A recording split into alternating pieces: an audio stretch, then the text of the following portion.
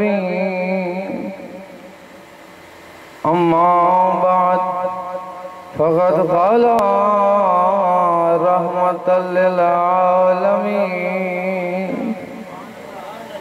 إن الحسين مصباح الهدى وسفينة النجاة صلوات. عزیزان گرامی محترم، عشرہ محرم الحرام کی آج کی مجلس میں کوئی مصائب کا عنوان نہیں ہے، کوئی تبلیغ کا عنوان نہیں رکھا گیا. دو چار جملے حسینیت کے موضوع پہ بیان کر کے آپ کی رحمت تمام کرتا ہوں. آپ کے سامنے پیغمبر اعظم اسلام کی ایک حدیث مبارکہ کی تلاوت کا شرف حاصل کیا، جس میں زہرا کا بابا حسن حسین کا نانا میرے مولا علی کا بھائی اور اللہ کا حبیب فرماتا ہے ان الحسین مصباح الہدی و سفینۃ النجات، میرا بیٹا حسین چراغ ہدایت ہے اور نجات کی کشتی ہے. پیغمبر نے لفظ کہا ہے چراغ ہدایت، ہدایت کا چراغ. اب ایک سوال ہے، مصباح کہتے ہیں عربی میں چراغ، اور سورج کو عربی میں کہتے ہیں شمس. چراغ چھوٹا ہوتا ہے، سورج بڑا ہوتا ہے. اسی طرح پیغمبر اعظم فرما سکتے تھے ان الحسین شمس الہدی و سفینۃ النجات، میرا بیٹا حسین ہدایت کا سورج ہے. سورج کی روشنی پوری دنیا میں آتی ہے. جب پاکستان میں سورج غروب ہو جاتا ہے تو مغربی دنیا میں پھر سورج طلوع ہوتا ہے، یعنی 24 گھنٹے میں کسی نہ کسی ٹائم کہیں نہ کہیں سورج روشنی دے رہا ہے. پیغمبر نے حسین کو ہدایت کا سورج نہیں کہا، ہدایت کا چراغ کہا. حالانکہ سورج بڑا ہوتا ہے، چراغ چھوٹا ہوتا ہے. لیکن میں اکثر ایک جملہ کہتا ہوں، معصوم کی حدیث، معصوم کے فرمان کی زبر زیر میں بھی حکمت الہی ہوتی ہے. پیغمبر نے کہا اس میں کوئی حکمت تو ہے. اب دیکھنا یہ وہ حکمت کیا ہے. یا رسول اللہ، آپ نے چراغ ہدایت کہا، ہدایت کا سورج کیوں نہیں کہا؟ شاعر نے اس کا جواب ایک شعر میں دیا ہے، اگر آپ کی توجہ ہو تو. شاعر کہتا ہے سورج نے کہا چراغ سے کہ تو کیا ہے، چراغ نے کہا دن ڈھلنے دے پھر پوچھوں گا تو کیا ہے. سورج فقط دن میں ہوتا ہے، چراغ 24 گھنٹے روشن رہتا ہے. یعنی پیغمبر کے کہنے کا مقصد یہ ہے کہ جب آفتاب نبوت محمد کی روشنی تمہارے پاس نہ آ سکے، جب مہتاب ولایت علی کی روشنی تمہیں منور نہ کر سکے اور یزیدیت کی تاریکی میں تم چھپ جاؤ، اس وقت تمہارے لیے جو چراغ ہدایت ہو وہ میرا بیٹا حسین ہے.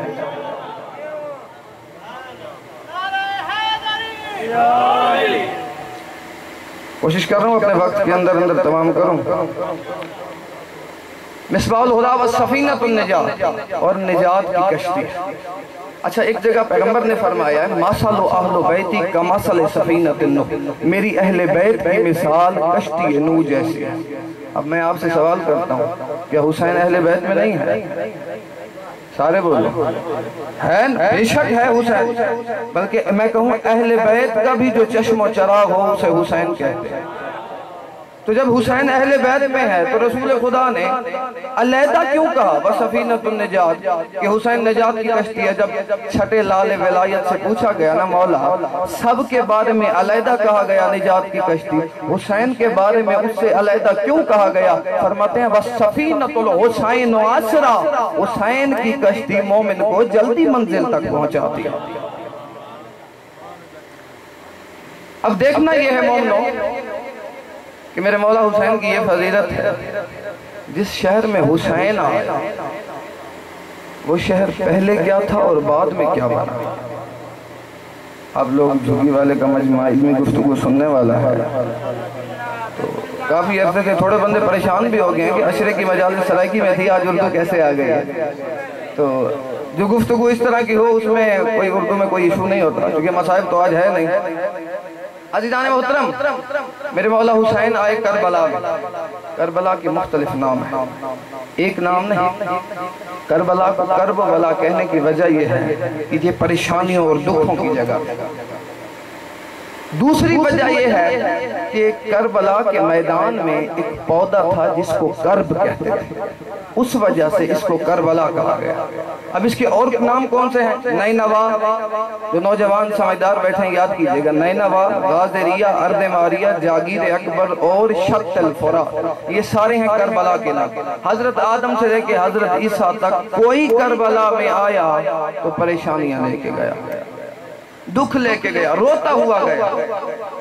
کربلا، اس کو کرب والا کہتے ہی اس لیے ہیں، دکھوں کی بنیاد یہاں، غموں کا مرکز یہ کربلا ہے۔ لیکن جب اس شہر میں حسین آئے تو حسین نے اس شہر کی تقدیر ہی بدل ڈالی۔ جہاں سے نبی روتے ہوئے چلے گئے، جب بنی اسد کے لوگوں نے مولا حسین کو کہا نا کہ یبن رسول اللہ، پورے عراق میں، پورے عرب میں آپ نے اسی جگہ رکنا تھا، کوفہ کے ساتھ کہیں اور رک جاتے، پیچھے کہیں رہ جاتے، آپ کربلا آئے ہیں یبن رسول اللہ، آپ کو پتہ نہیں یہاں سے ہر نبی روتے ہوئے چلے گئے۔ تو حسین کے چہرے پہ جلال آیا، فرماتے ہیں بنی اسد کے لوگوں انصاف کرنا، جو نبی آئے تھے ان میں سے کوئی نبی تھا جو زہرا کا بیٹا ہو؟ جب آئے حسین اس شہر میں، اس کے بعد فضیلت کیا تھی؟ اب میں بڑے بڑے شہروں کے نام لے رہا ہوں، آپ نے یاد رکھا۔ مکہ ہے، مکہ مکرمہ، مدینہ ہے، مدینہ منورہ، نجف ہے تو نجف اشرف ہے، مشہد ہے تو مشہد المقدس ہے، قم ہے تو قم المقدسہ ہے۔ خدا کی کائنات میں تلاش کرتا جا، جتنے بھی شہر ہوں، مکہ ہوگا تو تجھے مکرمہ ملے گا، مدینہ ہوگا تو منورہ ملے گا، نجف ہوگا تو پھر اشرف ملے گا، مشہد اور قم ہوں گے تو مقدس اور مقدسہ ملیں گے۔ خالق کی کائنات میں مگر صرف دو معلّہ ہیں، ایک عرش معلّہ ہے، ایک کربلا معلّہ۔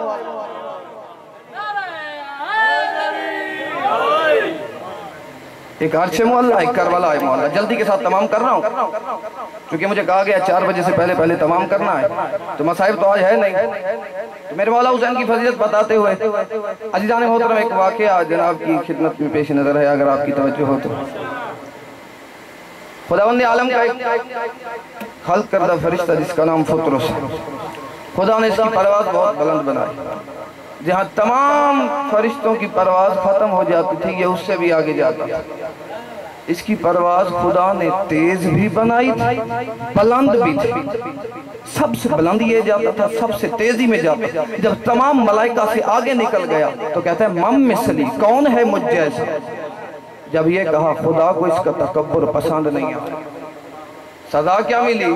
اس کے پر کاٹ دیے گئے، ایک جزیرے میں پھینک دیا گیا، کئی ہزار سال تڑپتا رہا۔ اچانک ایک دن دیکھا ملائکہ کی صف وہاں سے گزر رہی ہے اور ان کے آگے ہے سلطان الملائکہ حضرت جبرائیل۔ علمی گفتگو سننے کے عادی ہو، 9 محرم کا دن ہے، 8 دن مجھے 9 دن پیچھے سن چکے ہو، چاند رات کی مجلس بھی پڑھی تھی میں نے، تو کوشش کیا کریں ہمیشہ چٹکلوں پر نہ لہا کریں، تھوڑا سا گفتگو جو علمی ہو وہ بھی سنا کریں۔ سلطان الملائکہ ایک قافلہ لے کے جا رہے ہیں، فطرس کی نگاہ پڑی، جبرائیل کہاں جا رہے ہیں؟ کہا در بطول پہ جا رہا ہے۔ کہاں جا رہا ہوں؟ در بطول پہ۔ اچھا یہ بھی پتا ہے جب میرے مولا کی ولادت ہوئی ہے نا، میرے مولا حسین علیہ السلام کی، صلوات پڑھیں مولا کے نام پہ، جب مولا حسین علیہ السلام کی ولادت ہوئی، صاحب سعادت الدارین نے لکھا ہے، کسی نے لکھا ہے 1 فرشتہ، کسی نے 2، کسی نے 3، صاحب سعادت الدارین نے لکھا ہے 4 فرشتوں کی شفاعت کی ہے میرے مولا حسین نے۔ اور بوقت ولادت میرے مولا حسین کی جب ولادت ہوئی، دروازہ بطول پر 4000 فرشتہ مبارکباد دینے آیا۔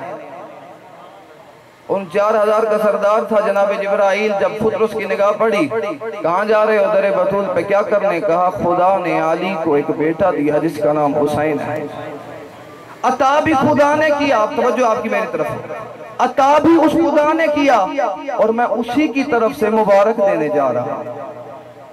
میرے خیال میں آپ جملہ نہیں سمجھے، جس نے عطا کیا جس خدا نے جو حسین کا بھی خالق بھی خود کیا، علی کو عطا بھی خود کیا، اور اب مبارکباد بھی خود دے رہا ہے۔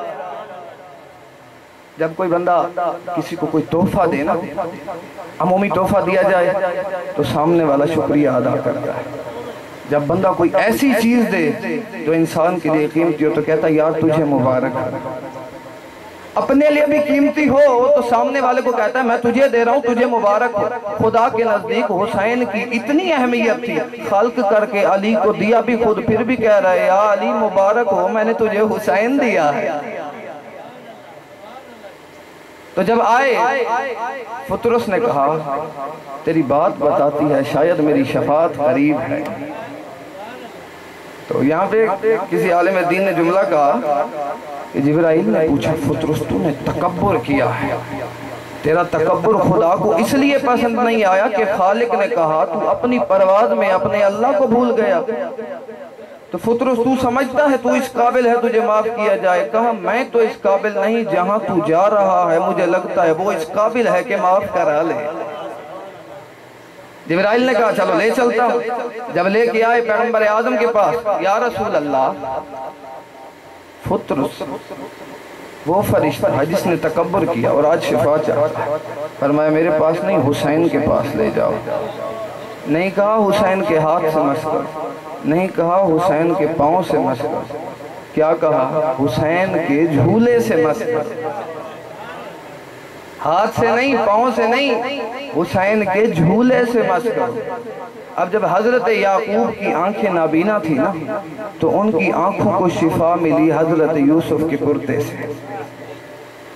اتنا عرصہ روتے رہے یعقوب یوسف کے غم میں کہ آنکھوں کی بینائی ختم ہو گئی۔ آخرکار کسی کو بھی پتا نہ تھا کہ یعقوب کا کوئی علاج ہوگا۔ تو جب حضرت یوسف نے اپنے بھائی لاوی کو بھیجا، فرمایا میرا کرتا لے جاؤ، بابا کو کہنا آنکھوں سے مس کریں، شفا مل جائے گی۔ جس کے کرتے سے یعقوب کو شفا ہو اسے یوسف کہتے ہیں، جس کے جھولے سے مس ہو کر فرشتوں کو شفا ملے اسے حسین کہتے ہیں۔ جب فطرس کو شفا ملی اور فطرس نے پھر پرواز بلند کی، بس اس کے بعد آخری جملہ، فطرس نے جب پھر پرواز بلند کی تھی، بڑھتی ہوئی پرواز میں فطرس نے دیکھا کہ پھر اچانک دل کیا کہ کہوں مم مثلی، کون ہے مجھ جیسا۔ اب جس کو یہ جملہ سمجھنا ہے، میں نے کہا میں اختتام پہ ہوں، جاتے ہوئے حق ادا کریں۔ فطرس نے پھر کہا مم مثلی، کون ہے مجھ جیسا؟